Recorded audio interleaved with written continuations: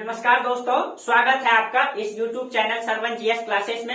आज हम लोग चर्चा करेंगे संगम काल के जो है अर्थव्यवस्था के बारे में। पिछले क्लास में हम लोग देखे थे संगम वंशों में जो है हम लोग 3 राजवंशों को पढ़े थे। इसमें से आपका ये हो जाएगा, ये आपका केरल तट में हुआ करता था ये चेर वंश। इसमें से आपका ये था चेर वंश। और जो दक्षिण में जो तमिलनाडु का इलाका है इसमें हुआ करता था आपका पांड्य वंश। इसमें आपका पांड्य वंश और इसके ऊपर में ये वाला चोल वंश ना। इन तीनों को मिला करके क्या कहा जाता है? संगम वंश। और इसके बारे में कहा जाता है दोस्तों कि इस समय जो है इसके प्राचीन काल में जो हम लोग चर्चा किए, यानी कि उत्तर भारत में जब उस समय मगध साम्राज्य हुआ करता था तो दक्षिण भारत में ये तीनों राजवंश था। और तीनों की समृद्धि को अगर देखा जाए तो बहुत आर्थिक दृष्टि से बहुत संपन्न माना जाता है इसके बारे में, ठीक है। और इसका अंतरराष्ट्रीय व्यापार उस समय हुआ करता था, जबकि हम लोग क्या पढ़ते हैं अभी हम लोग चर्चा करेंगे, ठीक है। और उस समय इन तीनों ने मिल करके आप लोग को ये भी चर्चा किए थे कि पांड्य वंश की राजधानी जो हुआ करती थी मदुरई में, उसमें इन लोगों ने 3 संगम का आयोजन किया था। संगम का मतलब तमिल कवियों के संघ से है, और उन संघ ने मिल करके हजारों पुस्तक का निर्माण किया था। और उसमें से हम लोग ये भी चर्चा किए थे कि उस पुस्तक में 5 ऐसे पुस्तक थे जो महाकाव्य भी है। तो दक्षिण भारत में महाकाव्य भी लिखी गई है। तो इस तरीके से अगर देखा जाए तो कहीं चेर वंश, चूल वंश और पांड्य वंश जो है दोस्तों, ये कहीं कहीं इसकी अर्थव्यवस्था बहुत समृद्ध दिखाई दे रही है, ठीक है। तो हम इन सभी के बारे में आज हम लोग चर्चा करेंगे, चूल और चेल और पांड्य के बारे में, ठीक है। तो आप लोगों को आज हम लोग पूरा चर्चा करेंगे दोस्तों, ठीक है। और थोड़ा सा आप लोगों को ये बता दें कि आप लोग का जो हाल फिलहाल में बीपीएससी का एग्जाम हुआ है, ठीक है, मैं कई बार सूचना भी दे चुका हूं, ठीक है। इसमें जो एग्जाम हुआ है ये बहुत ही मतलब बेटर तरीके से इस बार दिखाई दिया ना। जो क्वेश्चन था वो डिफिकल्ट था, इसीलिए मैं आप लोगों को बार बार ये गुजारिश करता हूं कि आप लोग अब सिलेबस में आ जाइए, ठीक है।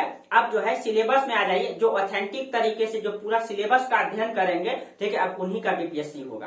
पहले क्या होता था, कोई भी बैठ जाते थे एग्जाम में, ठीक है, एसएससी वाले, ग्रुप डी वाले, जनरल कंपटीशन वाले, ठीक है, और सब के सब जो है कि बैठ करके। और उस समय क्या होता था 150 क्वेश्चन। उस समय क्या था कि 150 क्वेश्चन था, 150 क्वेश्चन था और 150 को सब रंगा देता था, क्योंकि नो नेगेटिव था और क्वेश्चन भी उसी तरीके से आता था। और इसमें क्या होता था, अगर पीटी निकाल दिया जाए तो बिहार सरकार उनको 50,000 रुपया देती थी। और इस लालच में जो है कि सबके सब भीड़ लगा देते थे, सब एग्जाम में बैठ जाते थे। इसके कारण से क्या होता था, जो ओरिजिनल स्टूडेंट होता था, जो सिलेबस में ज्यादा फोकस करते थे, उनका कटअप के कारण जो है एग्जाम नहीं निकल पाता था और उनका मेंस में बेटर तैयारी होता था। और वो क्या करते हैं, जो ओरिजिनल स्टूडेंट होते हैं वो पूरा के पूरा हिस्ट्री, पॉलिटी, इकोनॉमिक्स, ठीक है, और साइंस पेपर को इसमें थोड़ा सा देख लेते हैं, ठीक है। फिजिक्स इसमें आपका ज्योग्राफी मेन पेपर है, ठीक है। इन तीनों पेपर को इसी से क्वेश्चन हर बार इसी से दिखाई देता है। साइंस और इसमें आपका बिहार और करंट, ठीक है। इस पेपर को जो मजबूत कर लेता है उनका बीपीएससी नहीं छूटता है। हाँ, आप पूरा सिलेबस को पढ़िए, उसमें कोई इकोनॉमिक्स भी पढ़िए, इन्वायरमेंट भी पढ़िए, सब चीजों को। लेकिन ये पेपर से जो है मजबूती तरीके से जिनका ये पेपर हो जाता है उनका लगभग 70 से 80% क्लियर रहता है, ठीक है। तो आप लोगों से यही गुजारिश है, आप लोग पूरा हिस्ट्री पढ़िए, पूरा पॉलिटी पढ़िए, पूरा ज्योग्राफी पढ़िए, ठीक है। और इससे क्वेश्चन आपका कहीं बाहर नहीं जाएगा। अब डिफिकल्ट क्वेश्चन भी हो गया है, नेगेटिव मार्किंग भी हो गया है। 50 क्वेश्चन ऐसा रहता है जो बहुत ही डिफिकल्ट होता है, जो सिलेबस पढ़ते हैं उसी का निकलता है, ठीक है। तो आप लोग जो है, अब आप लोग अच्छी तरीके से अगर आप लोग सिलेबस में आ जाएं तो फिर कहीं दिक्कत नहीं होगा, ठीक है। और मैं आप लोगों को इस क्लास में, इस YouTube चैनल में आप लोग को एकदम फ्री में सारा क्लास कवर कराएंगे, धीरे धीरे सब कवर कराएंगे दोस्तों, ठीक है। अभी हिस्ट्री चल रहा है, फिर ज्योग्राफी स्टार्ट करेंगे, फिर पॉलिटी, तो इस तरीके से आपका पूरा बीपीएससी का सिलेबस इसमें कवर कराएंगे, ठीक है। चलिए तो हम लोग अपने टॉपिक पे आ जाएं। आज हम लोग पढ़ेंगे संगम कालीन अर्थव्यवस्था के बारे में। उस समय प्राचीन काल में ये तीनों वंश हुआ करता था, हम लोग पिछले क्लास में चर्चा भी किए। और उस समय इसकी समृद्धि के बारे में कहा जाता है कि बहुत समृद्ध था दोस्तों ये, ठीक है। और किसी भी देश का अर्थव्यवस्था अगर हम पढ़ते हैं तो उसको कितने सेक्टर में बांट के रखा गया है? हालांकि उसको 5 सेक्टर में भी बांटा गया है दोस्तों, 6 में भी बांटा गया है। लेकिन अगर मुख्य रूप से कहा जाए कि किसी भी देश की अर्थव्यवस्था को 3 क्षेत्रों में बांटा गया है, प्राथमिक क्षेत्र, द्वितीयक क्षेत्र, तृतीयक क्षेत्र, या उसी को हम कृषि क्षेत्र, उद्योग क्षेत्र और सेवा क्षेत्र को कहते हैं। तो किसी भी देश की अर्थव्यवस्था को हम लोग 3 भागों में बांट करके देख सकते हैं ना। तो प्राथमिक क्षेत्र जिसको हम लोग कृषि क्षेत्र कहते हैं ना, कृषि क्षेत्र। दूसरा में क्या होता है, दूसरा में उद्योग, और तीसरा में आपका सेवा क्षेत्र। 3 भागों में बांट करके हम लोग देख सकते हैं न। और उस समय कहा जाता है दोस्तों, देखिए अब वर्तमान में हम तुलना नहीं कर सकते हैं कि इस समय वर्तमान में जो है उस परिस्थिति में अगर देखा जाए तो ये राजवंश समृद्ध है।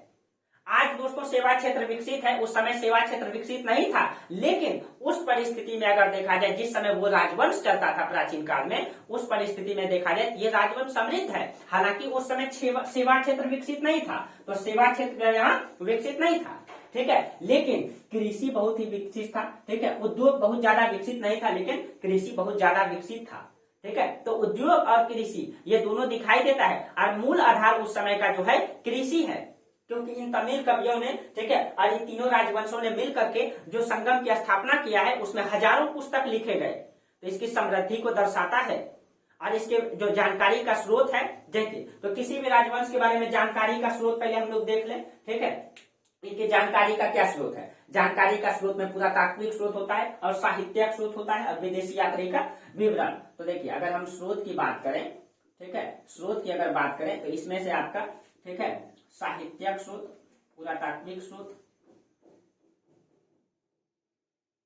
पुरातात्विक स्रोत, देखिए पुरातात्विक स्रोत में इस राजवंश की जानकारी तो मिलती है, ठीक है, लेकिन अर्थव्यवस्था की जानकारी इसकी पुस्तकों से पता चलती है, ठीक है। पुरातात्विक स्रोत में आप लोगों को चर्चा किए थे हाथी गुफा अभिलेख खारवेल का और अशोक का अभिलेख न, लेकिन उसमें जो है इस राजवंशों का जानकारी मिलती है। लेकिन साहित्यिक स्रोत जो है, जो इसकी अर्थव्यवस्था को दर्शाता है, उसमें आपका संगम काल के साहित्य में जो है संगम कालीन महाकाव्य, आप लोग को पढ़ा चुके हैं कि संगम कालीन महाकाव्य जो है, महाकाव्य, ये 5 महाकाव्य है और चर्चा भी कर चुके हैं इसके बारे में हम लोग। उसमें शिल्पाधिकारम, मणिमेखले, जीवक चिंतामणि, ठीक है, जीवक चिंतामणि, और 2 का नाम बार बार कंफ्यूज कर जाते हैं दोस्तों, पिछले क्लास में पढ़ा दिए हैं, ठीक है, पिछले क्लास में वो दोनों का नाम जो है कि मिस कर गए थे, तो आप लोग देख लीजिएगा। 5 महाकाव्य पिछले क्लास में, जो कंटिन्यू क्लास करेंगे उनको ज्यादा समझ में आएगा, ठीक है। 5 महाकाव्य, इनसे भी जानकारी मिलती है। शिल्पाधिकारम में तो स्पष्ट रूप से कहा गया है, जो अभी हम चर्चा भी करेंगे, ठीक है। इसके अलावा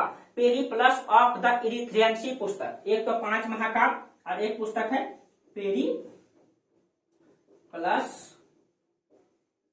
ऑफ द इरिथ्रियंसी, ठीक है, इस पुस्तक से भी इसकी जानकारी मिलती है, ठीक है, इरिथ्रियंसी। और स्ट्रेबो का ज्योग्राफिया, एक पुस्तक है आपका स्ट्रेबो का कौन सा पुस्तक है? इनका है ज्योग्राफिया, इस पुस्तक से भी इनकी जानकारी मिलती है, ठीक है। और प्लिनी का नेचुरल हिस्ट्री, प्लिनी का जो है, प्लिनी, इन्होंने पुस्तक लिखी है नेचुरल हिस्ट्री। इस पुस्तक से जो है इसकी अर्थव्यवस्था के बारे में जानकारी का पता चलता है, नेचुरल हिस्ट्री से, ठीक है। इनकी अर्थव्यवस्था के बारे में जानकारी मिलती है इस पुस्तकों से, तो आप इस पुस्तकों के बारे में ध्यान में रखेंगे, ठीक है। तो इसमें जो है इस काल में कृषि क्षेत्र बहुत विकसित अवस्था में दिखाई देता है, कृषि क्षेत्र जो है बहुत विकसित अवस्था में दिखाई देता है। अगर कृषि की व्यवस्था को देखा जाए, ठीक है, कृषि व्यवस्था को अगर इस समय के देखा जाए तो देखिए, कृषि व्यवस्था को हम लोग देखते हैं, और कृषि व्यवस्था के बारे में हम आप लोगों को शिल्पाधिकारम जब पढ़ा रहे थे तो उसमें भी चर्चा किए थे, यहाँ भी चर्चा कर देते हैं, ठीक है। देखिए, जो कृषि क्षेत्र है ये बहुत विकसित अवस्था में दिखाई देता है। इस समय अर्थव्यवस्था का मुख्य आधार ही कृषि था, ठीक है, मुख्य आधार कृषि था और भू राजस्व था। भू राजस्व का मतलब भूमि से वसूला गया टैक्स, ठीक है, तो वही, तो इस समय जो है कृषि यानी कि अर्थव्यवस्था का मूल आधार क्या था? तो अर्थव्यवस्था का जो है मूल आधार कृषि था न, कृषि था। तो आप लोग ये ध्यान में रखेंगे, ठीक है। इसमें जो है कृषि और क्या प्लस में भू राजस्व, ठीक है। और अगर कृषि में कहा जाए तो कृषि मतलब इसका मतलब है कि अर्थव्यवस्था का मूल आधार कृषि था, तो इसका मतलब है कि इस समय कृषि विकसित अवस्था में होगा, ठीक है, और विकसित अवस्था में होगा और समृद्ध तरीके से रहा होगा। और यहाँ पे चर्चा भी आता है, पिछले क्लास में हम चर्चा भी किए थे कि शिल्पाधिकारम जो तमिल में जो लिखा गया महाकाव्य है शिल्पाधिकारम, और पिछले क्लास में ये भी बताए थे शिल्पाधिकारम का मतलब क्या होता है? नुपुर की कहानी। हम लोग इसमें चर्चा किए थे इसमें किस तरीके से प्रेम की कहानी को दर्शाया गया है। नुपुर मतलब होता है पायल को केंद्र बिंदु मान करके, ठीक है, एक प्रेम की कहानी को दर्शाया गया है इसमें ना। और कहीं कहीं संसार जो है प्रेम से ही चलता है दोस्तों, क्या बिना प्रेम का संसार चलता है? नहीं चलता है क्या। तो हर चीज में प्रेम का मतलब क्या होता है दोस्तों? प्रेम का मतलब किसी से भी हो सकता है, माता पिता से हो सकता है, इस संसार से हो सकता है, इस प्रकृति से हो सकता है, ठीक है, भाई बहन से हो सकता है, ठीक है, किसी लड़की से हो सकता है। तो प्रेम का मतलब यहाँ हर चीज है। और यहाँ पे दिखाई दिया है कि कोवलन और माधवी की प्रेम कहानी, एक पति पत्नी की प्रेम कहानी को इसमें दर्शाया गया है कि एक पत्नी अपने पति से कितनी प्रेम करता है, ठीक है। और इनके बारे में हम लोग चर्चा भी किए पिछले क्लास में, ठीक है। तो यहाँ पे जो है, तो इस समय इसके बारे में शिल्पाधिकारम में इसका अर्थव्यवस्था के बारे में पता चलता है, कृषि व्यवस्था कैसा था। शिल्पाधिकारम में ये कहा गया है, शिल्पाधिकारम इसमें क्या कहा गया है, शिल्पाधिकारम में कहा गया है कि एक हाथी जितने बड़े क्षेत्र में बैठ सकता है उतने क्षेत्रों में जो है 10 परिवार, ठीक है, का भरण पोषण ठीक तरीके से हो सकता है। और ये किसके बारे में है, तो यहाँ पे जो आपका कावेरी नदी है, गोदावरी कृष्णा कावेरी नदी क्षेत्र को बहुत ही उपजाऊ बताया गया है। कावेरी नदी क्षेत्र को बहुत ही उपजाऊ बताया गया है। और इसी क्षेत्रों के बारे में इसमें उल्लेख आया है कि एक हाथी जितने क्षेत्रों में बैठ सकता है उसमें जो है उस जितने क्षेत्र में बैठेगा उस क्षेत्रों में अगर फसल उगाया जाए तो 10 व्यक्ति का भरण पोषण अच्छी तरीके से हो सकता है, इसमें चर्चा आया है। और यहाँ का जो मुख्य फसल है वो धान और गन्ना है, ठीक है। इसका मुख्य फसल क्या है, मुख्य फसल में आता है इसका चर्चा, मुख्य फसल इसमें क्या है, इसमें धान है प्लस में गन्ना है, धान और गन्ना यहाँ का मुख्य फसल के रूप में देखा गया है, ठीक है। अब देखिए कहा जाता है कि भू राजस्व को इस समय करोड़ कहा गया है, ठीक है। भू राजस्व को क्या कहा गया है, करोड़। दोस्तों एक सेकेंड आप लोग, इसके लिए मैं माफी चाहूंगा कि मैं पहले इंक नहीं डाल पाया, ठीक है, थोड़ा सा।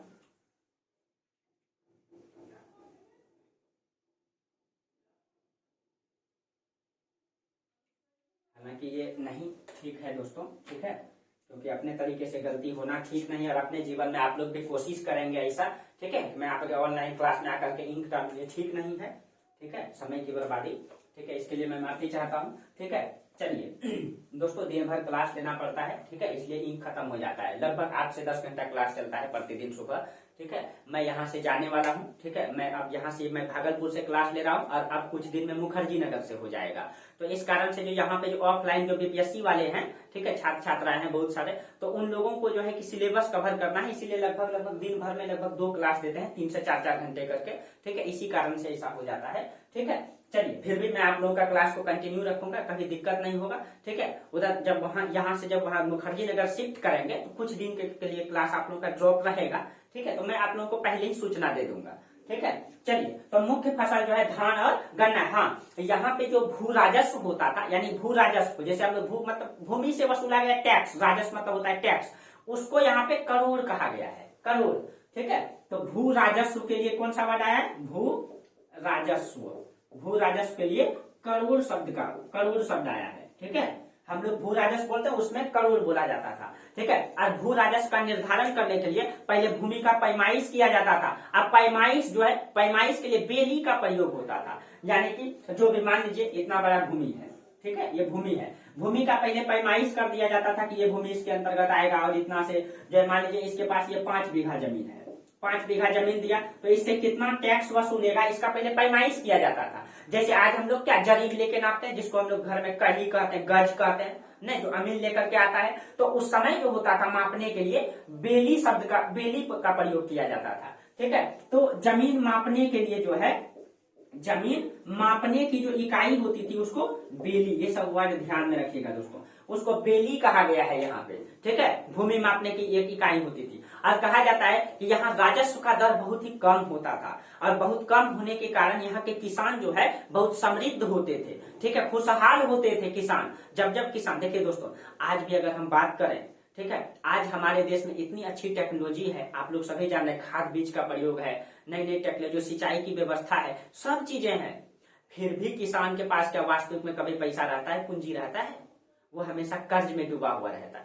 आज का परिस्थिति यह है दोस्तों, जबकि हमारा देश गुलाम नहीं है, हमारे देश का किसान जो है प्रत्यक्ष रूप से किसी को डायरेक्ट टैक्स नहीं देते हैं। हाँ, टैक्स देते हैं दोस्तों, बिना किसान का टैक्स नहीं तो देश चलता है ना, ठीक है, लेकिन प्रत्यक्ष नहीं देते हैं कि कर देना है, ठीक है। प्रत्यक्ष ले लेता था पहले राजा महाराजा और या अंग्रेज रहे, जितना उपजा उसका जो परसेंटेज 1/6 रहे या प्रत्यक्ष खेत से ले लिया जाता था। आज भी टैक्स लगता है सामान के रूप में, अप्रत्यक्ष रूप से, लेकिन उस समय प्रत्यक्ष रूप से टैक्स लगता था।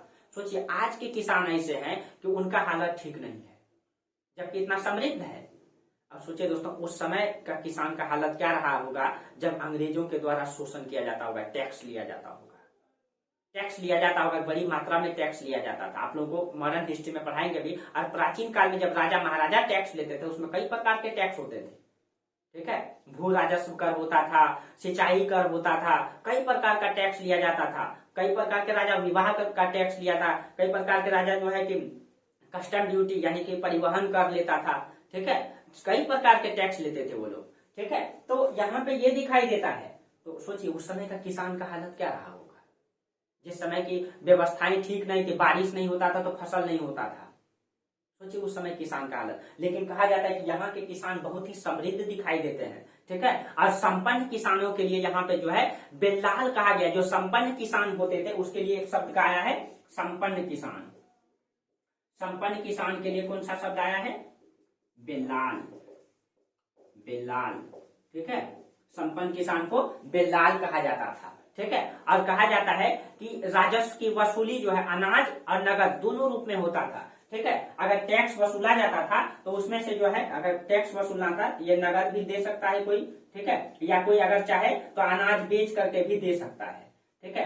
अनाज भी दे सकता है और नगद भी दे सकता है, कोई भी उस पर मर्जी पर था, ठीक है। यानी कि कहीं कहीं राजा की जो यहाँ नीति दिखाई देता है, ये समाज के प्रति उदारता का भाव दिखाई दे रहा है, ठीक है। और भू राजस्व का निर्धारण करता था। मान लीजिए इसके जमीन में जो है 5 बीघा ये जमीन है, इसमें कितना टैक्स लगेगा, उस टैक्स का निर्धारण जो होता था वरियम नामक समिति करता था, ठीक है। वरियम नामक समिति क्या करता था? भू राजस्व का निर्धारण। भू राजस्व का निर्धारण कौन करता था? वरियम नामक समिति। वरियम नामक समिति क्या करता था? भू राजस्व का निर्धारण करता था, ठीक है। और कहा जाता है कि जिस भूभाग पर वरियम नामक समिति भू राजस्व निर्धारित करता था, उस क्षेत्र को वरियम वारी कहा गया है। देखिए कहने का मतलब, मान लीजिए ये क्षेत्र में वरियम नामक समिति भू राजस्व को लगाए तो इस भूमि को क्या कहा जाएगा? वरियम वारी। क्या कहा जाएगा? वरियम वारी कहा जाता था। यानी कि भूमि को, यानी सरकारी भूमि कह दीजिए इसको, ठीक है, वरियम वारी कहा गया है, ठीक है। और आय का अन्य साधन भी था दोस्तों। ये तो हो गया कृषि का, कृषि से साधन। अन्य साधन में क्या था? उलूब, एक प्रकार का पथ कर था। पथ मतलब रास्ता पर चलने के लिए कर, उसके लिए कौन सा शब्द आया है? उलूब। देखिए पथ कर, आप लोग लिख लीजिएगा इसको। पथ कर के लिए कौन सा शब्द आया है? उलूब, ठीक है, उलूब यानी पथ कर लगता था। उसके बाद एक कर होता था सुगम, ये सीमा शुल्क होता था। सुगम यह किस प्रकार का टैक्स था? तो सीमा शुल्क, ठीक। उसके बाद इराई, ये लूट का धन होता था। इराई लूट का धन। और आप याद कीजिए, जब मेडिएवल हिस्ट्री पढ़ाएंगे आप लोगों को, तो उस समय भी 4-5 प्रकार का टैक्स चलता था। 5 प्रकार को खास करके प्रचलन में हमेशा रहा।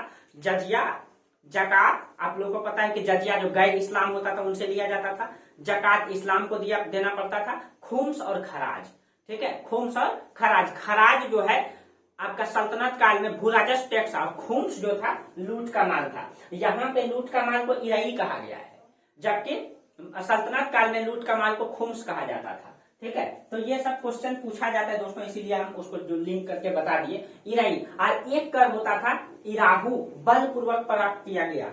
एक कौन सा होता था?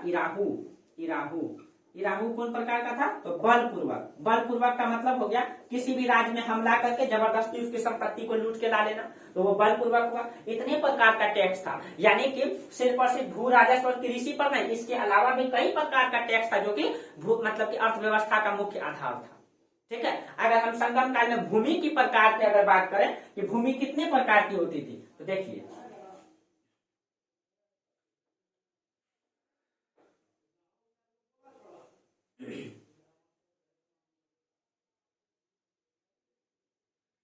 भूमि का प्रकार, संगम काल में भूमि का प्रकार।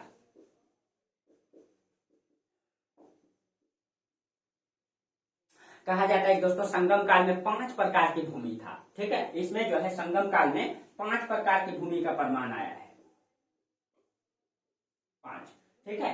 एक में एक भूमि था मरुदम, ये उपजाऊ भूमि था, ठीक है, मरुदम, मरुदम ये किसके लिए आया है? उपजाऊ भूमि के लिए, उपजाऊ भूमि, जो क्षेत्र जो ज्यादा उपजाऊ क्षेत्र होता था उसके लिए मरुदम शब्द का प्रयोग हुआ है। आज भी हम लोग देखते हैं ना, आज हम लोग क्या करते हैं, जो उपजाऊ क्षेत्र होता है उसको कहते हैं खादड़ क्षेत्र है, बांगर क्षेत्र है न, जो खादड़ मिट्टी होती है नदी किनारे वाला क्षेत्र न, वो ज्यादा उपजाऊ होता है न, तो इसीलिए तो उस यहाँ पे उसके लिए मरुदम शब्द का प्रयोग हुआ है। उसके बाद एक वर्ड आया है करुचि, पर्वतीय भूमि को जो है करुचि कहा गया है, करुचि, पर्वतीय भूमि के लिए कौन सा शब्द आया है?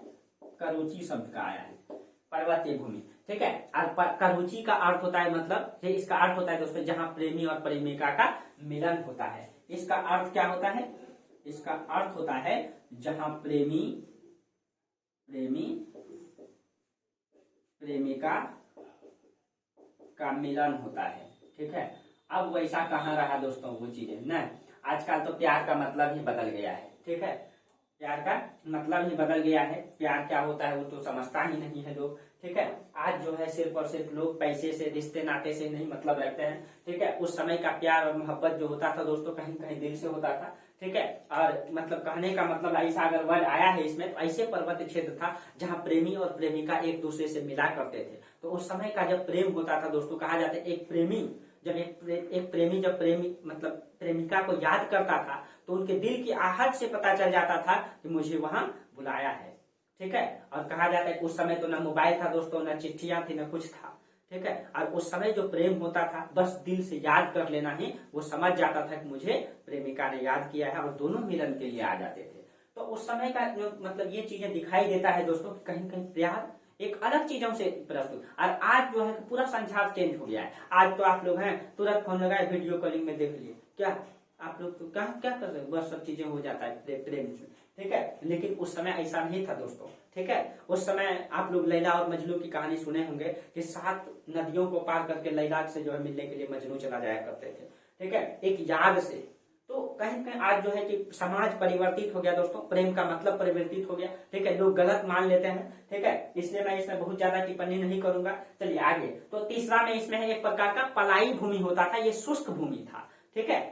तीसरा भूमि था पलाई भूमि, देखिए आप लोग था नीचे करके लिखेगा पलाई भूमि, पलाई। ये कैसा भूमि था? शुष्क भूमि था। ये जो है शुष्क भूमि था, शुष्क भूमि के लिए। और ये शुष्क भूमि में कहा जाता है कि डाकू रहा करते थे और व्यापारियों को लूटते थे इसी शुष्क भूमि में, ठीक है। और चौथा था इसमें मल्ले, ये चारागाह भूमि था। मल्ले ये किस प्रकार का भूमि था? चारागाह भूमि था, ठीक। और पांचवा में जो है नेयल, ये समुद्र के तटवर्ती भूमि को नेयल कहा गया है। तो देखिए नेयल ये कैसा भूमि था? तटवर्ती भूमि लिख दीजिए, समुद्र का तटवर्ती भूमि, ठीक है। तो आपको पता है कि ये तीनों के तीनों राज्य तट में है, समुद्र के तट में है, ठीक है। और वो तट जो है कहीं के उपजाऊ भी है, इसलिए तटवर्ती भूमि के लिए नेयल शब्द का प्रयोग हुआ है, ठीक है। और समांतर समीप जो जितने भी भूमि थे वो सब के सब राजा के अंतर्गत होता था, सब राजा के अंतर्गत होता था। ऐसा नहीं है कि राजा के अंतर्गत नहीं होता था, सब के सब जो है राजा के अंतर्गत होता था, ठीक है। चलिए तो ये चीजें हो गया कृषि, ठीक है। अब देखिए हम लोग चर्चा करते हैं उद्योग और व्यापार के बारे में। देखिए यहाँ पे व्यापार के बारे में हम चर्चा करते हैं। दूसरा में आपका उद्योग और व्यापार को रखा जाता है। तो देखिए व्यापार के बारे में कहा जाता है, अभी थोड़ा सा मैपिंग कर देंगे दोस्तों तो ठीक रहेगा, ठीक है। कोशिश करते हैं। व्यापार के बारे में कहा जाता है कि ये राष्ट्रीय और अंतर्राष्ट्रीय दोनों प्रकार का व्यापार दिखाई देता है यहाँ पे। राष्ट्रीय व्यापार भी, ठीक है, राष्ट्रीय मतलब देश के अंतर्गत, और अंतर्राष्ट्रीय विदेशी व्यापार भी दिखाई देता है यहाँ पे। अंतर्राष्ट्रीय व्यापार भी यहाँ दिखाई देता है, ठीक है। व्यापार और व्यापार का स्वरूप अंतर्राष्ट्रीय और राष्ट्रीय दोनों था। और जो राष्ट्रीय व्यापार था, राष्ट्र का मतलब आंतरिक व्यापार हो गया, ठीक है, इसको आंतरिक व्यापार कर सकते हैं। आंतरिक व्यापार ये वस्तु विनिमय पर आधारित था, यानी कि वस्तु लेकर के वस्तु दिया जाता था। तो जो राष्ट्रीय व्यापार होता था ये वस्तु विनिमय होता था, वस्तु विनिमय, ठीक है। और जो अंतर्राष्ट्रीय व्यापार होता था ये इसको बाह्य व्यापार कह सकते हैं, इसको जो है बाह्य व्यापार कह सकते हैं, ठीक है। और बाह्य व्यापार के बारे में ये मुद्रा द्वारा संचालित होता था, ये जो है ये मुद्रा द्वारा संचालित होता था, ठीक है। देखिए मुद्रा द्वारा संचालित। और जो अंतर्राष्ट्रीय व्यापार था ये कहा जाता है बहुत विकसित अवस्था में दिखाई देता है, बहुत अगर हम थोड़ा सा मैपिंग कर दे दोस्तों बहुत बेटर हो जाएगा। ठीक है, देखिए हम बगल में ही मैपिंग करने का प्रयास करते हैं। यहीं पे एक छोटा सा वर्ल्ड मैप बना देते हैं। ठीक है, छोटा सा वर्ल्ड मैप बनाने का प्रयास करते हैं। आप लोग जरूर बनाने का प्रयास कीजिएगा, हम पूरा समझा देंगे दोस्तों, मैटर क्लियर हो जाएगा। ठीक है, यही चीज है, मैप से अगर कोई चीजें पढ़ लीजिएगा तो जिंदगी भर कभी नहीं भूलिएगा आप लोग। ठीक है, बस आप लोगों से यही रिक्वेस्ट है। हाँ देखिए दोस्तों, सबसे पहले जो पढ़ाई है उसमें से सबसे पहले ज्योग्राफी पढ़ना चाहिए लोगों को। मैं आप लोगों के लिए हिस्ट्री स्टार्ट किया। ठीक है, तो कहीं कहीं लोग हिस्ट्री के लिए डिमांड कर रहे थे इसी कारण से, लेकिन पहले ज्योग्राफी पढ़ना चाहिए। ज्योग्राफी भी मैं आप लोगों के लिए स्टार्ट किया था। ठीक है, लेकिन उसको कुछ मतलब समय की वजह से जो है ड्रॉप करना पड़ा। ठीक है, देखिए कभी कभी मैप हमसे भी गलती होने लगती है, ऐसा नहीं है दोस्तों, गलती नहीं होगा, गलती तो होगा ही। चलिए रहने दीजिए फिर भी। ठीक है, तो ये देखिए ये आपका आफ्रिका बना देते हैं। जैसे भी बनेगा आप लोग मैनेज कीजिएगा। ठीक है, हम तो अभी समझाने के पर्पज से हैं। ये हो गया अफ्रीका और इधर हो गया आपका एशिया, ये हो गया इंडिया। ये चलिए आप लोग खाली समझ जाइएगा ना, तो ये हम सिर्फ और सिर्फ सिंबॉलिक कर देते हैं। ठीक है, और ये हो जाएगा आपका ऑस्ट्रेलिया। ठीक, तो यहाँ आपका इंडिया है, ये देखिए ये आपका इंडिया है। और यहाँ पे चेर, देखिए इसको ठीक कर लेते हैं, ये यहाँ पे आपका चेर चोल पांड्य वंश है यहीं पे। ठीक है, देखिए तो हम लोग क्या पढ़ते हैं, हम लोग पढ़ते हैं कि सबसे पहली बार पुनर्जागरण काल जब हम पढ़ते हैं, कब पुनर्जागरण काल पढ़ते हैं इंग्लैंड से, कब तो आधुनिक काल में पढ़ते हैं कि समुद्री मार्गों का खोज हुआ। और उसमें से जब यूरोप में जब पुनर्जागरण काल आया था इटली से, तो इटली से हम लोग देखते हैं कब तो 16वीं सदी में। लेकिन क्या प्राचीन काल में व्यापार नहीं था? प्राचीन काल में भी विदेशी से व्यापार होता था। प्राचीन काल में कहा जाए अंतर्राष्ट्रीय व्यापार में यहाँ से जो व्यापार होता था उसमें रोम से, यूनान से, दक्षिण पूर्वी एशिया से, चीन से और मिस्र से। देखिए तो यहाँ पे कहाँ से, तो सबसे पहले देखिए रोम से होता था व्यापार। ठीक है, रोम से होता था। अभी सबके बारे में चर्चा करते हैं। यूनान से व्यापार होता था, मिस्र से व्यापार होता था। ठीक है, मिस्र से दक्षिण पूर्वी एशिया से व्यापार होता था, दक्षिण पूर्वी एशिया से व्यापार होता था। ठीक है, दक्षिण पूर्वी एशिया, रोम, यूनान, मिस्र, दक्षिण पूर्वी एशिया। ठीक है, दक्षिण पूर्वी एशिया और चीन से भी। तो अब अगर यहाँ पे, और ये भी क्या, ये जल मार्गों से व्यापार होता था, जल मार्गों से व्यापार होता था प्राचीन काल में। और हम लोग क्या पढ़ते हैं कि जो नए नए जल मार्गों की खोज हुआ है वो 16वीं सदी से स्टार्ट हुआ न, जबकि यूरोप में पुनर्जागरण काल आया। और उसमें हम लोग देखते हैं कि सबसे पहला व्यक्ति था डॉन हेनरी द नेविगेटर, जो पुर्तगाली राजा था डॉन हेनरी द नेविगेटर। वो कहां तक आया था? गिनी की खाड़ी तक, 1454 में आया। उसके बाद क्योंकि उस समय उन लोगों को लगता था दोस्तों पृथ्वी चरकूट है, उस समय नए नए यंत्रों की खोज हुआ नहीं था, उन लोगों को लगता था पृथ्वी चरकूट है और हम लोग आगे जाएंगे तो नीचे गिर जाएंगे। बड़ा सा समुद्र दिखाई देता था तो लगता था गिर जाएंगे, समुद्र बहुत बड़ा है। ठीक है, इसके कारण से तो 1454 में डॉन हेनरी द नेविगेटर गिनी की खाड़ी तक आया। उसके बाद वो घूम गया, उसको लगा कि नहीं समुद्र खोज पाना आसान नहीं, रास्ता खोजना। उसके बाद फिर 1487 में आया बार्थोलोमियो डियाज, जो केप ऑफ गुड होप तक आया। और फिर बार्थोलोमियो डियाज के बाद 1498 में आए वास्को डी गामा। वो भी यहाँ आकर के मालिंदी द्वीप के पास भटक गए थे, लेकिन मालिंदी द्वीप में गुजरात का एक व्यापारी था, ठीक है, अब्दुल मरीद नाम का, उसने उसको बताया था पूरब का देश इधर है। तो 1498 में इस मार्गों का खोज किया उसने, ने किसने?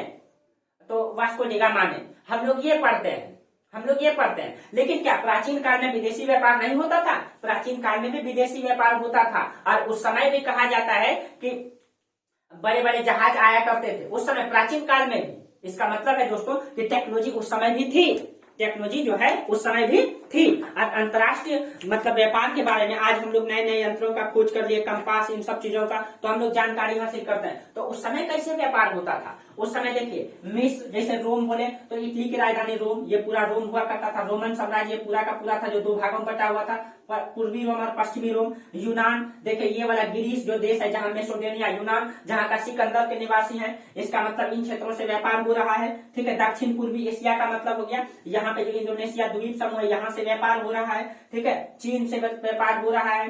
ठीक है, और चीन से, मिस्र से, ये वाला मिस्र है, इन सभी देशों से व्यापार का प्रमाण प्राचीन काल में दिखाई देता है। इसका मतलब है कि यहाँ से व्यापार हो रहा है और यहाँ से भी व्यापार, इन क्षेत्रों से भी यहाँ से व्यापार इस मार्गों से होता था। ये मार्ग खुला नहीं था, यहाँ से यहाँ और यहाँ से यहाँ व्यापार होता था।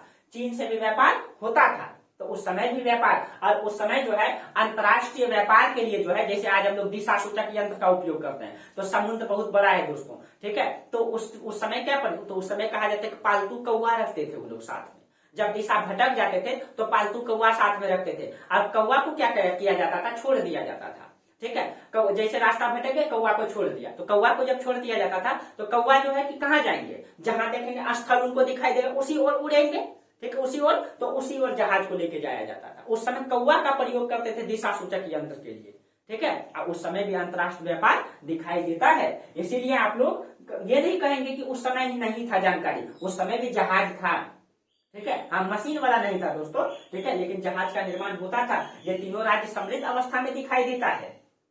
और ये लोग जो व्यापार करते थे, कौन कौन सा, तीनों का व्यापार का जो बंदरगाह है, ये कई बार क्वेश्चन पूछा गया, आईएएस में भी क्वेश्चन पूछा गया है, ठीक है, मिलाने के लिए भी दे दिया है, इसीलिए आप लोग इसके बंदरगाह को मैं लिखा देता हूं और आप लोग इसको ध्यान में रखिएगा, ठीक है, इनकी बंदरगाह को देखिए। अंतर्राष्ट्रीय व्यापार में जो इनका बंदरगाह का नाम आता है, तीनों का हम लोग नाम देख लेते हैं। देखिए इसमें जो चेर वंश का पहले बंदरगाह का नाम देख लीजिए कि चेर वंश का कौन कौन सा बंदरगाह है।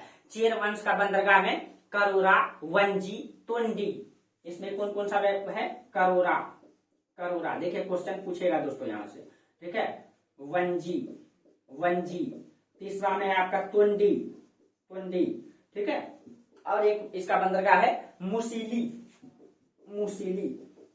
ये क्वेश्चन पूछ देगा कि ये तीनों बंदरगाह चीर का है, मिलान चिन्ह में दे सकता है, ठीक है, मिलान चिन्ह में। और पांड्य का बंदरगाह जो है, देखिए यहाँ पे थोड़ा हम ऐसा बना दिए हैं, पांड्य जो है ना, पांड्य का साम्राज्य जो है, पांड्य का साम्राज्य यहाँ, यानी कि कुछ हिस्सा इसका पूर्वी तट में भी है, और यहाँ ऐसे अगर हम कर दें इसको, तो ये पूर्वी तट है, इसका पश्चिमी तट, तो पांड्य का जो साम्राज्य था ये पूर्वी और पश्चिमी दोनों तट में फैला हुआ है, उसका बंदरगाह दोनों तट में दिखाई देता है। क्वेश्चन में पूछा गया है डायरेक्ट कि पांड्य का कौन सा बंदरगाह पूर्व में है, कौन सा पश्चिम में, इसीलिए इसको ध्यान में रखेंगे, हम लिखा देते हैं। देखिए इसके जो प्रमुख बंदरगाह था, कोरकई, सालियूर, और देखिए तो इसका पांड्य का, पांड्य का, इसमें आपका कोरकई, कोरकई, ठीक, कोरकई है, सालियूर है, नेलसीडा है, सालियूर, नेलसीडा, नेलसीडा, ये बंदरगाह इसका पांड्य का है। और ये तीनों बंदरगाह पूर्वी तट पे है, ये जो है पूर्वी तट पे है, पांड्य राज्य का पूर्वी तट मतलब इधर है, ये इधर के इधर, ये तीनों के तीनों किधर है, पूर्वी तट पे है, ठीक। अब पश्चिमी तट पे जो बंदरगाह है इसका, उसमें से आपका है पेरुमल और मारूगढ़, पेरुमल और मारूगढ़, पेरुमल, मारूगढ़, ठीक है, मारूगढ़, ये दोनों बंदरगाह पश्चिमी तट पे है, ठीक है, मारूगढ़। अब देखिए चोल का जो बंदरगाह है, ठीक है, चोल का बंदरगाह, इसके प्रमुख बंदरगाह लिख लीजिए आप लोग, हम इधर लिख देते हैं चोल राज का बंदरगाह, आप लोग एकदम मैपे में आप लोग लिख देंगे, मैप में क्लियर रहता है, ठीक है। चोल का, चोल में इसमें से आपका पुहार है, जिसको कावेरी पट्टनम भी कहा गया है, ये इंपॉर्टेंट है, ठीक है, पुहार आप लोग ब्रैकेट में लिख लेंगे कावेरी पट्टनम, ठीक है। दूसरा में आपका अरिके, अरिका मेडू, अरिका मेडू, दूसरा में है आपका अरिका मेडू, अरिका मेडू, ठीक है। और तीसरा में एक बंदरगाह है इसका उरैयूर, और आपको पता है उरैयूर बहुत महत्वपूर्ण केंद्र है, उरैयूर, उरैयूर, ये तीन बंदरगाह है। अब देखिए दोस्तों, इसका अंतर्राष्ट्रीय व्यापार मजबूत कंडीशन में था, इसका स्पष्ट प्रमाण भी दिखाई देता है, ठीक है, ऐसा नहीं कि प्रमाण नहीं है, हम इतिहास को उसी चीजों, इतिहास में उसी चीजों को पढ़ते हैं जिसका प्रमाण या साक्ष्य हो। हम क्या बोले थे, इतिहास किसे कहते हैं, बीती हुई बातों का अध्ययन करना, जिसका कोई प्रमाण या साक्ष्य हो उसी को हम इतिहास में रखेंगे, जिसका प्रमाण और साक्ष्य नहीं उसको इतिहास में नहीं रखेंगे। अगर हम इन चीजों को बता रहे हैं कि इसका प्रमाण है, इसका साक्ष्य है, ठीक है, कहा जाता है ये जो अरिक्यूमेडू बंदरगाह है, ये जो हम चर्चा किए अभी, अरिक्यूमेडू बंदरगाह जो चोल की है, चोल की है, ठीक है, इसे रोम साहित्य में पेडोक कहा गया है, इसका उल्लेख रोम साहित्य में भी आया है, ठीक है, इसको क्या कहा गया है, रोम साहित्य में इसको, ठीक है, पेडोक कहा गया है, पेडोक, इसको पेडोक कहा गया है, ठीक है। और कहा जाता है अरिक्यूमेडू बंदरगाह से यहाँ के रोमन राजा अगस्तस की मूर्ति मिली है, यहीं से जो है रोमन का राजा हुआ करता था, जो अभी हम चर्चा किए ना, रोम से व्यापार होता था, इटली की राजधानी, वहां का राजा हुआ करता था अगस्तस, अगस्तस का मूर्ति मिली है यहाँ से, ध्यान में रखेंगे, ये क्वेश्चन पूछ सकता है, ठीक है। अगस्तस की मूर्ति कहाँ से मिली है? तो अरिकोमेडू बंदरगाह से। और कहा जाता है कि रोम की मुद्राएं, ठीक है, इम्फोरा, और यहाँ से क्या क्या मिला है? रोम की मुद्रा यहाँ से प्राप्त हुआ है। उस समय जो व्यापार होता था उसका मुद्रा, और एक बर्तन प्राप्त हुआ है, उसका नाम है इम्फोरा। इम्फोरा, इम्फोरा क्या है दोस्तों? इम्फोरा जो है ना, एक कप टाइप का बर्तन मिला है जिसमें दोनों तरफ मुट्ठा लगा हुआ है, ठीक है। इम्फोरा जो एक मिट्टी का बर्तन है ये, और ऐसा मिट्टी का बर्तन है जिसमें दोनों तरफ हत्था लगा हुआ है, ठीक है, दोनों तरफ, ठीक है। और यहाँ से ये प्रमाण दिखाई देता है, इससे ये पता चल जाता है कि कहीं तक उस समय रोम से व्यापार मजबूत कंडीशन में था। और यहाँ के लोग जो है, अगस्तस की मूर्ति यहाँ मिलता है, इसका मतलब वहां का राजा का प्रभाव यहाँ बड़ी मात्रा में दिखाई दे रहा है। इसका मतलब व्यापार मजबूत कंडीशन में था, ठीक है, मजबूत कंडीशन में था, ठीक है। और यहाँ जो है इसके अलावा क्या क्या प्रमाण मिला है? यहीं पे माल गोदाम का, ठीक है, धातु पिघलाने का भी प्रमाण मिला है। माल गोदाम और धातु पिघलाने का प्रमाण भी मिला है। तो माल गोदाम प्लस में धातु जो पिघलाया जाता था, ठीक है, धातु पिघलाने का भी प्रमाण मिला है। धातु पिघलाने का भी यहाँ से प्रमाण मिला है यहाँ से, ठीक है। और इसका मतलब है कि रोम और संगम वंश से व्यापारिक संबंध बहुत ही मजबूत कंडीशन में था। यानी संगम वंश और रोम से व्यापारिक कंडीशन उस समय मजबूत कंडीशन में था ना, ये दिखाता है, ये दर्शाता है, ठीक है। अब देखिए, अगर हम बोले कि यहाँ से क्या निर्यात किया जाता था, यहाँ से जो है क्या क्या निर्यात किया जाता था, आप लोग इसको लिख लीजिएगा कि यहाँ से क्या निर्यात, यानी हम लोग यहाँ से क्या भेजते थे, लाभ। और उस समय कहा जाता है भुगतान संतुलन भारत की ओर झुका हुआ था, ठीक है। भारत यहाँ से मसाला भेजता था, हाथी का दांत भेजता था, ठीक है, मतलब ये पत्थर भेजता था, तो उसके बदले वो लोग चांदी और सोना लेकर के आता था। भारत की ओर भुगतान संतुलन झुका हुआ था, भारत फायदे में था, भारत मुनाफे में था। प्राचीन काल से ये इतिहास का प्रमाण मिलता है, ठीक है। तो निर्यात किए जाने वाली वस्तु में मसाले, ठीक है, सबसे महत्वपूर्ण है मसाले। और आपको पता है कि वो जो है यूरोप ठंडा प्रदेश है, वहां मसाला की ज्यादा जरूरत है क्योंकि शरीर को गर्म रखने के लिए। और यहाँ की जो मसाला है उसमें काली मिर्च को यवनिका कहा गया है। यवनिका का मतलब जो यवन को ताजा रखे, ठीक है। तो उसमें मसाले में सबसे ज्यादा काली मिर्च का उपयोग होता था, काली मिर्च, ठीक है। और उसका तो वो दास बन गया था दोस्तों, ठीक है, उसका तो दास बन गया था। इतना उन लोगों का आदत पड़ गया था काली मिर्च का कि उन लोग इसका दास बन चुका था, ठीक है। काली मिर्च अधिक मात्रा। उसके बाद चंदन की लकड़ी, सूती वस्त्र, रेशमी वस्त्र। इसके अलावा आपको पता है कि भारत में जो चंदन की लकड़ी यही पाया जाता है। इसमें फिल्म भी बना है आपका, कौन सा फिल्म है, उसमें लाल चंदन की जो कहानी है पूरी दुनिया में यही मिलता है सिर्फ, ठीक है। चंदन की लकड़ी, फिल्म का नाम क्या है दोस्तों, हम दिमाग से उतर गया, ठीक है। यहीं का उसमें जो काला बाजारी होता है ना लाल चंदन का, देखिए, अरे उसमें वो डायलॉग भी खूब फेमस हुआ था। वो कौन सा फिल्म था, झुकेगा नहीं, वो सब जो आप लोग जानते हैं, उसी पे पिक्चर बना है। तो यहाँ से चंदन की लकड़ी का व्यापार होता था, ठीक है। चंदन की लकड़ी, रेशमी वस्त्र, हाथी दांत, ठीक है, रेशमी वस्त्र, हाथी दांत, हाथी दांत, ये सब का यहाँ से निर्यात किया जाता था, निर्यात किया जाता था। रेशमी वस्त्र, सूती वस्त्र, आप लोग लिख लीजिएगा, सूती वस्त्र भी, ठीक है। और सूती वस्त्र, रेशमी वस्त्र तो भारत में फेमस मात्रा में था। दुनिया में सबसे बेहतरीन तरीके से रेशम तैयार होता था भारत में। यहाँ तक कि 32 प्रकार के रेशम का प्रयोग मतलब ये हुआ है कि शिल्पाधिकारम पुस्तक में कि भारत में 32 प्रकार के सूती वस्त्र, रेशमी वस्त्र बनाया जाता है। सोचिए 32 प्रकार उस समय, ठीक है। और वहां से क्या आयात होता था, ये तो हो गया निर्यात। अब आप लोग लिख लीजिएगा आयात क्या क्या होता था। देखिए यहाँ मिटाना, आयात हम लोग क्या क्या वहां से लाते थे, ठीक है। आयात की जाने वाली वस्तु में जो है सोना, चांदी, शराब, शीशा, सुरमा, ये सब चीजें आता था वहां से। सोना आता था, चांदी आता था, ठीक है, शीशा आता था, शीशा, ठीक है। उसके बाद शराब आता था। आपको पता है कि भारत शराब की देन, मतलब शराब की देन भारत का नहीं है, विदेशी का है। शराब, सुरमा, ठीक है, सुरमा आदि ये चीजें आयात की जाती थी, ठीक है। और मजबूत कंडीशन में जो है भारत, ठीक है, यानी कि संगम वंश और विदेशी व्यापार दिखाई देता है। चीन से भी व्यापार होता था भारत का उस समय, ठीक है। तो ये था आपका दोस्तों संगमकालीन अर्थव्यवस्था, ठीक है, संगमकालीन अर्थव्यवस्था। और इससे आप लोग और बेहतर तरीके से जानना चाहते हैं तो आप लोग किताबों का भी अध्ययन कीजिए, ठीक है। और कहीं दिक्कत होता है तो आप कमेंट कर सकते हैं, मैसेज कर सकते हैं, ठीक है। और किसी भी तरीके से अगर आपको समस्या हो तो आप मेरा नंबर में भी कॉल कर सकते हैं, ठीक है। किसी भी सब्जेक्ट के बारे में जानना हो, सिलेबस के बारे में जानना हो, या कहीं पढ़ाई में दिक्कत होती है, आप जहां से भी हैं आपको समस्या नहीं होनी चाहिए पढ़ने में, ठीक है, चाहे किसी भी समाज से है, इस टेक्नोलॉजी का फायदा अगर आप लोगों को नहीं मिला तो कोई दुनिया का ये फायदा ही, मतलब इस संसार का कोई मोल ही नहीं रह जाएगा। फिर टेक्नोलॉजी रहते हुए आप लोग इसका बेहतर उपयोग न करें। ठीक है, चलिए, तो टेक्नोलॉजी का अगर आप अच्छे इस्तेमाल करेंगे दोस्तों, ये आपको मुनाफा देगा। ठीक है, और इसका गलत इस्तेमाल करेंगे फिर आप लोग जानते ही हैं। ठीक है, तो आप लोग सही इस्तेमाल कीजिए। ठीक है, जीवन को सही बनाना है तो सही इस्तेमाल में लाना पड़ेगा। ठीक है, चलिए, तो आज हम लोग दोस्तों यहीं तक चर्चा करेंगे, रात भी लंबी हो चुकी है। ठीक है, चलिए, तब तक के लिए आप लोगों को बहुत बहुत धन्यवाद। Thank you.